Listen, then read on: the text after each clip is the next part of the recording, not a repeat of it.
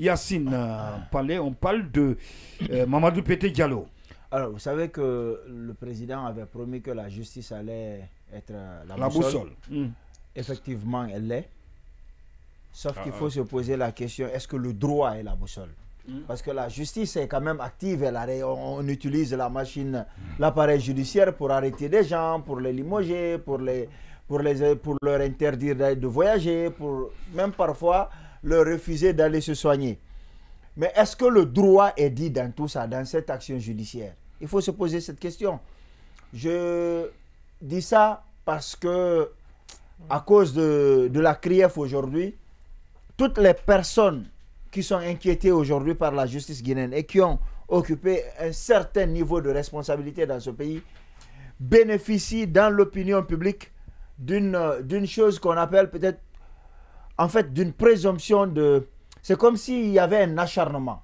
C'est vrai qu'il y a une présomption d'innocence dans notre pays, mais toutes les fois que quelqu'un est aujourd'hui poursuivi, on a l'impression tout de suite dans l'inconscient de l'opinion publique que c'est un acharnement. Et ça, c'est très dangereux lorsque vous voulez faire de la justice une boussole. Pourquoi? Parce que ça fait que vous ne vous en sortez plus à la fin du compte. Vous savez, parfois les gens sont victimes d'injustices ici qui ne sont pas réparées. Vous voyez, Diallo parlait tantôt d'attendre que les enquêtes se fassent en surdine avant de publier. Vous vous rappelez de Yaya Sow? Il a quand même été limogé du gouvernement. Oui. On s'est rendu compte qu'il n'avait rien à se reprocher. Est-ce qu'on l'avait ramené au gouvernement? C'est une injustice. Pas encore. Non, on ne l'a pas ramené, c'est une injustice. Et il y a eu tout un tintamarre, pas encore. Jusqu'à aujourd'hui, on ne l'a pas ramené. C'est une injustice, alors que la justice a dit, écoutez, lui, il n'a rien à se reprocher. C'est tout ce que vous avez dit sur lui. Vous n'avez pas été capable de fournir la moindre preuve. Mais entre-temps, il y a eu tout un tintamarre qui a été fait, comme pour dire qu'il a détourné. C'est ce qui se passe avec Pété aujourd'hui. Il y a tout un tintamarre qui est fait autour de lui. Si demain, il a été limogé, il n'a même pas participé à la passation de service comme s'il avait été condamné. Il y a eu installation. Il y a eu installation, il n'a même pas participé à la passation de service. Je trouve que ce n'est pas respectueux de l'État, des hautes sphères. Il faut respecter ceux qui incarnent l'État. Et l'autre chose que j'ai envie de dire à côté de ça, c'est qu'on est arrivé à un niveau où il faut se poser la question sur la solidarité gouvernementale. Parce que je suis d'accord qu'il faut que la justice fasse son travail. Mais il a été abandonné trop vite et trop facilement. Ça a été le cas de Yaya Sow aussi. Il a été abandonné trop vite et trop facilement. Oui. Vous vous rappelez quand Karifa... Et on a vu la presque totalité des ministres, des membres du gouvernement s'inviter à la passation, à la prise de fonction. Et ça peut faire en sorte que... La totalité, non, quand même. Non, il a la presque totalité. Non. Alors, non, moi ils étaient nombreux donc. Ils n'étaient pas moins de 10. 10, c'est déjà beaucoup. Beaucoup moins. 10 c'est déjà beaucoup. Non, 10 c'est déjà beaucoup. Mais quasi-totalité. Alors, bon, ils étaient nombreux donc. Alors, d'accord, ils étaient nombreux, ça vous va? Alors, ils étaient nombreux, ça vous va? Bon, ça dépend. Hein. Si je peux continuer, ce serait bien. Ça dépend comment. 10 c'est déjà beaucoup. Mais ce que je dis, c'est que ça peut faire voler la solidarité gouvernementale. Rappelez-vous que lorsque Karifa Gassama Diaby était là, le président Alpha Condé avait fait croire que ça allait être un super ministre. Et c'est lui qui critiquait ouvertement les actions de ses collègues ou de ses confrères, de ses homologues ministres. Et quand il a organisé la semaine de la citoyenneté, les gens étaient étonnés de ne voir aucun ministre. Pourtant, en longueur de journée, il critiquait les travaux des autres ministres. Et donc, ce qui est en train de se passer, c'est qu'on est en train de montrer aux ministres, vous êtes des objets. C'est comme un jeu de dames. Ouais. Quand ton rôle est fini, on te jettera dehors et puis c'est ça passé. Là aussi, vous êtes d'accord avec Vous êtes d'accord avec Charles et vous êtes d'accord avec tel, c'est tant qu'on a besoin de vous. Jusqu'au jour où vous cessez d'être ministre. Parce que moi, j'ai vu Eric Woerth avoir des problèmes en France au temps de Sarkozy.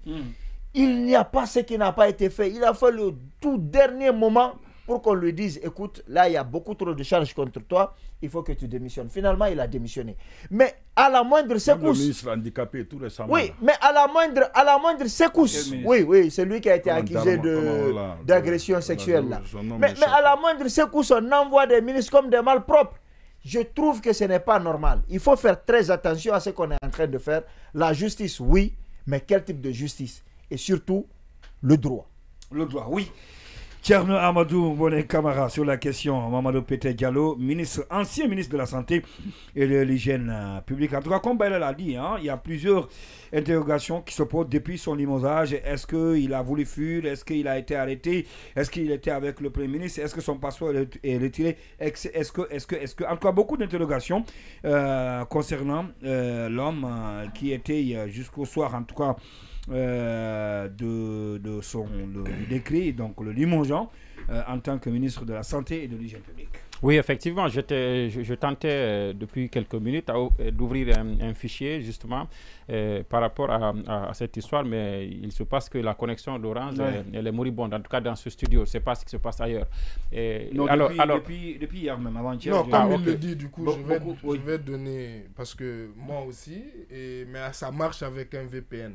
Donc sur les réseaux sociaux. Donc ce qui veut dire que il y a un problème, un problème, ça qui dépasse à mon avis certainement l'opérateur. Depuis avant-hier, moi ce matin j'étais connecté, même avant de rentrer dans ce studio. Avant de rentrer dans ce studio, il y a un tout de suite là, ça fait 20 ou 30 minutes. Depuis avant-hier, les gens non, je veux dire, non, mais là ça fait 20 ou 30 minutes qu'on n'arrive pas à accéder aux réseaux sociaux sans VPN. Non, pas aux réseaux sociaux. Non, pas les réseaux sociaux, mais bon, enfin, je ne sais pas ce qui se passe exactement, mais je dis que j'essaie de me connecter, ça ne passe pas. On va revenir sur ça. Oui, allons sur le sujet. Maintenant, ce que je vais dire, c'est que... Moi-même, d'ailleurs, on me dit que vous êtes à haute connexion. Allez-y. Ah, ok, d'accord. Peut-être que c'est au-delà de Orange. Donc, ce que je suis en train de dire, c'est que, vous savez, ce n'est pas suffisant. Je pense que c'est un exemple. Quand on a renvoyé un ministre et qu'après on essaie de nous dire que c'est parce qu'il a tenté de voler ou bien c'est parce qu'il a volé, c'est parce qu'il a détourné, parce qu'il y a concussion et tout ça. C'est-à-dire qu'il a agi qu'on appelle à l'encontre des intérêts de l'État pour favoriser des intérêts égoïstes. Et quand on a limogé un ministre pour des choses comme ça, parce que c'est un peu comme le décret ne dit pas ça, mais ce sont les faits qui ont suivi le décret qui tente de nous dire que le décret du président est motivé par le fait qu'on a reproché au ministre des faits de ça et ça. Et ça, on le retrouve dans les injonctions qui ont été données par le ministre de la Justice. Et ça se confirme par la procédure judiciaire qui a suivi. Et quelqu'un l'a dit par le fait que le ministre se soit présenté devant l'ancien ministre devant la gendarmerie et qu'il est passé même une nuit en garde à vue. Et donc, quand il y a ces faits, et qu'on essaie derrière de nous dire le message que c'est parce qu'on défend les intérêts de l'État, on lutte contre la corruption qu'on a fait ça, c'est à saluer, je veux dire fondamentalement. Sauf qu'il y a à interroger la sincérité de tout ça. La sincérité de tout ça, après on en viendra à la procédure, à la manière, à cette humiliation qu'on a fait au monsieur et tout ça. Et avant cette humiliation dont je parlerai tout à l'heure, je parle d'abord de la sincérité de l'action.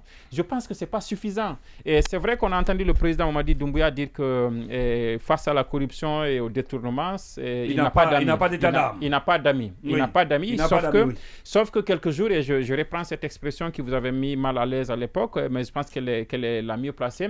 Et quelques jours après, quand il a été dit dans les médias, il a été avéré, il s'est même avéré que le ministre Gawal s'était livré à des marchés de gré à gré et qu'il avait même de la peine à expliquer ça dans les médias. Qu'est-ce que le président a fait? Il a nargué les gens, il l'a mis dans ses bagages, il est parti avec lui aux Nations Unies, oui. Et ensuite, donc c'est pour dire qu'en réalité, je ne crois pas qu'on lutte contre la corruption, mais on lutte contre des corruptibles. C'est-à-dire qu'on sélectionne, on trouve des coupables, on ne sanctionne pas les coupables, on sélectionne des gens, on les envoie à la CRIEF. Le ministre Yaya Sow est parti, le ministre Pété est parti, mais qu'est-ce qu'on n'a pas dit ici au retour de Charles de sa tournée à l'intérieur du pays, des soupçons de détournement qu'il a eu?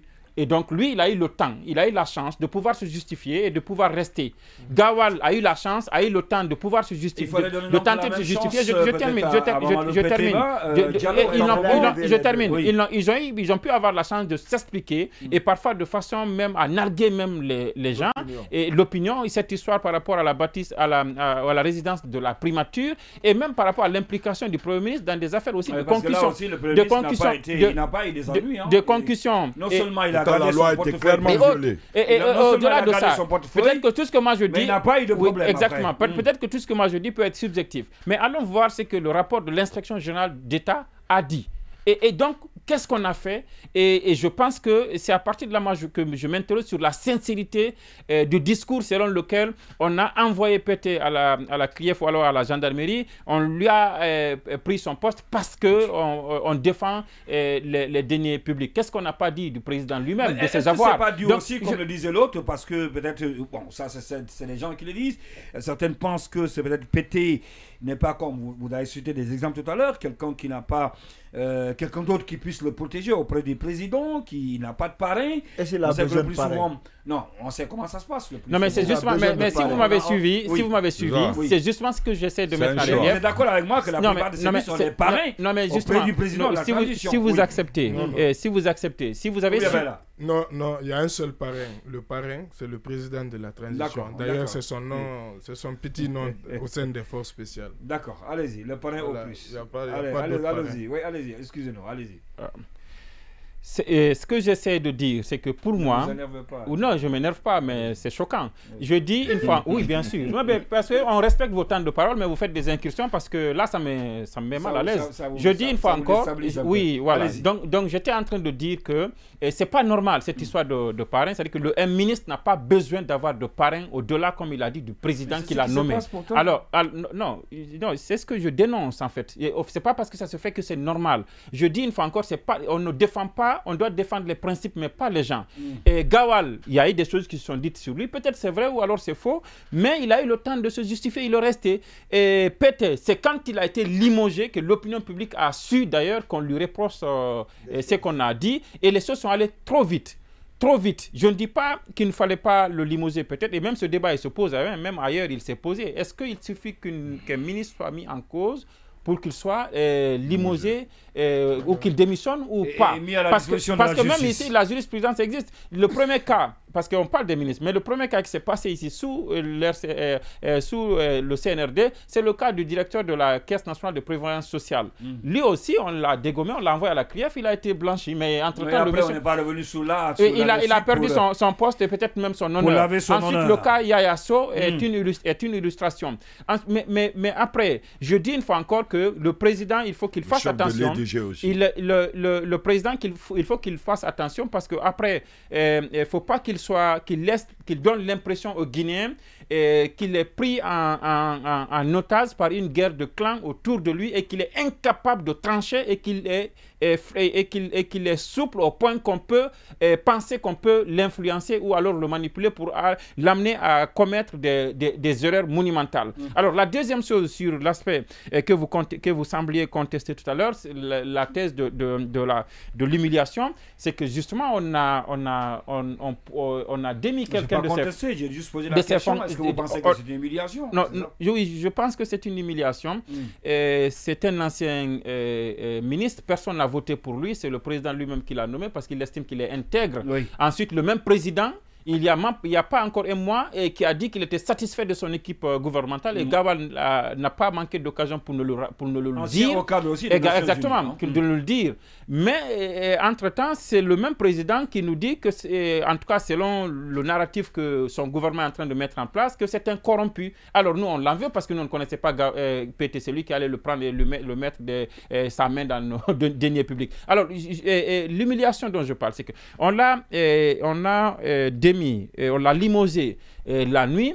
Le lendemain, on a installé son successeur dans des conditions que vous connaissez, devant le Premier ministre, devant tout ça, ça a été dénoncé ailleurs, comme si on venait célébrer une certaine victoire parce que quelqu'un est tombé. Et par-dessus tout, je termine ça. Par-dessus tout, il y a cette information selon laquelle hier nuitamment, il y a eu un incident au domicile de Pété parce que sa chef de cabinet, qu'on sait aussi très, dans une certaine animosité avec son ministre, même sur les réseaux sociaux, si vous suivez Kaïté Sall, qui est la fille apparemment de l'ancien président de la Cour constitutionnelle, mais c'est un détail qui n'est pas important, je le dis juste parce que c'est quelqu'un d'honorable, que les Guinéens ont respecté dans ce pays et continuent à respecter pour son exemplarité et tout ça. Mais que cela s'invite visite au domicile du ministre, prétendant venir déposer les affaires personnelles du ministre, au point qu'elle est à discuter avec l'épouse de ce dernier, les affaires personnelles du ministre. La chef de cabinet serait... Oui, exactement. Et après, même la passation de service. Vous savez bien que le ministre n'a pas participé à la passation, à la prise de fonction lors de son successeur. Mais selon ce qui se dit, et ça, son avocat, et ça, je peux le dire avec affirmation, parce que là, l'avocat l'a dit, ils annoncent d'ailleurs une procédure judiciaire parce que le ministre a été séquestré. Apparemment, le Premier ministre l'a séquestré dans ses bureaux et c'est là qu'on l'a laissé pour aller faire une prise de... On s'est limité par là, séquestré dans le bureau parce que beaucoup disent que le Premier ministre l'a reçu, il l'a laissé ici, il l'a laissé dans son bureau et il est parti donc à l'installation. On va marquer là.